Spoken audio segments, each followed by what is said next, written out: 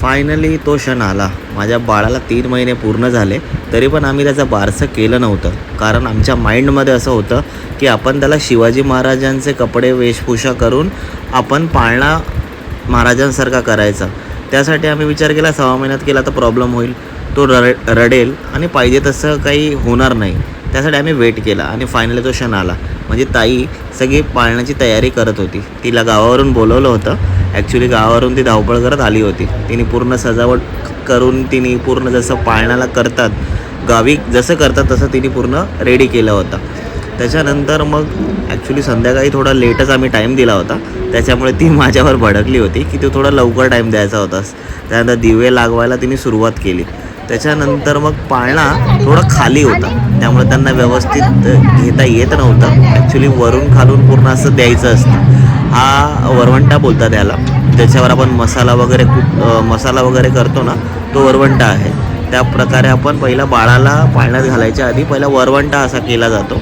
त्याच्यानंतर तो आत ठेवला जातो आणि मग त्या हिशोबाने आपली जी रीतिरिवाज आहे ती फॉलो करत आम्ही विचार केला बाळाचा पूर्ण रीतिरिवाज आणि परंपरेने आपण पाळणा करूया. मग बाळ माझं झोपलेलं तो उठला.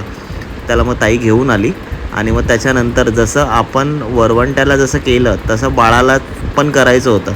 पण एक प्रॉब्लेम झाला की पाळणा खूप खाली होता, त्यामुळे बाबूला पाळण्याच्या खालून पास करणं थोडं प्रॉब्लेमॅटिक होत होतं. तर मग एक जुगाड केला की खालून नाही ठेवायचं, फक्त खाली टच करून परत वर आणायचं. मग त्यांनी सुरू केलं.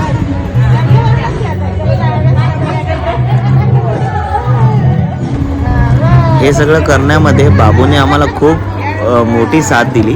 लहान मुलं रडतात ॲक्च्युली, पण तो जराही रडत नव्हता.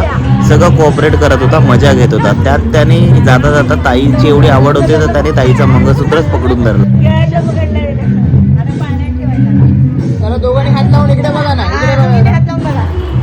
फायनली तो क्षण आला आणि बाळाला पाळण्यात ठेवण्याचा टाईम आला.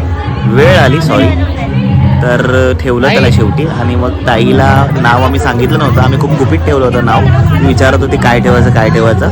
शेवटी मग तिला फायनली सांगितलं. आम्हाला थोडं सरप्राईज द्यायचं होतं, नाव थोडं सस्पेन्समध्ये ठेवलेलं आम्ही. आता तुम्हालाही ती डिस्क्लोज करेल की काय नाव नक्की आम्ही ठरवलेलं आणि काय एवढं सस्पेन्स ठेवलेला. तिच्या चेहऱ्यावरचं जे हसू आहे ते तुम्हाला समजेलच की ती किती खुश आहे या नावाने.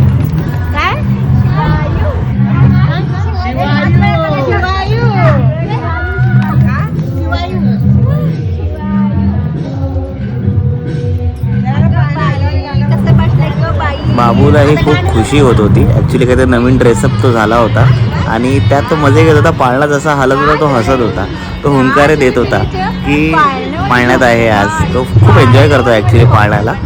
तो थोडाही रडत वगैरे नव्हता आणि ताई त्याच्यावर खेळत होती आणि तोही मजे घेत होता. पाळणा जसा हलत होता तोही मस्त न रडता एन्जॉय करत होता. शेवटी मग पाळण्याची गाणी वगैरे म्हणण्यात आली. थोडी येत नव्हतीच, आम्ही मग स्पीकरवरच लावली. मग आमचा पाळण्याचा क्षण आला आणि मग आम्हीही एकदम एन्जॉयमेंटमध्ये केला. ड्रेसअप तर आम्ही थोडा ट्रेडिशनलच विचार केला होता, त्या हिशोबाने आम्ही ड्रेसअप केला होता कारण बाबूलाही मॅच करायचं होतं. तुर्तास इथेच भाग 1 संपवतो आणि तुमची रजा घेतो. Thank you so much. दुसरा भागसाठी वेट करा.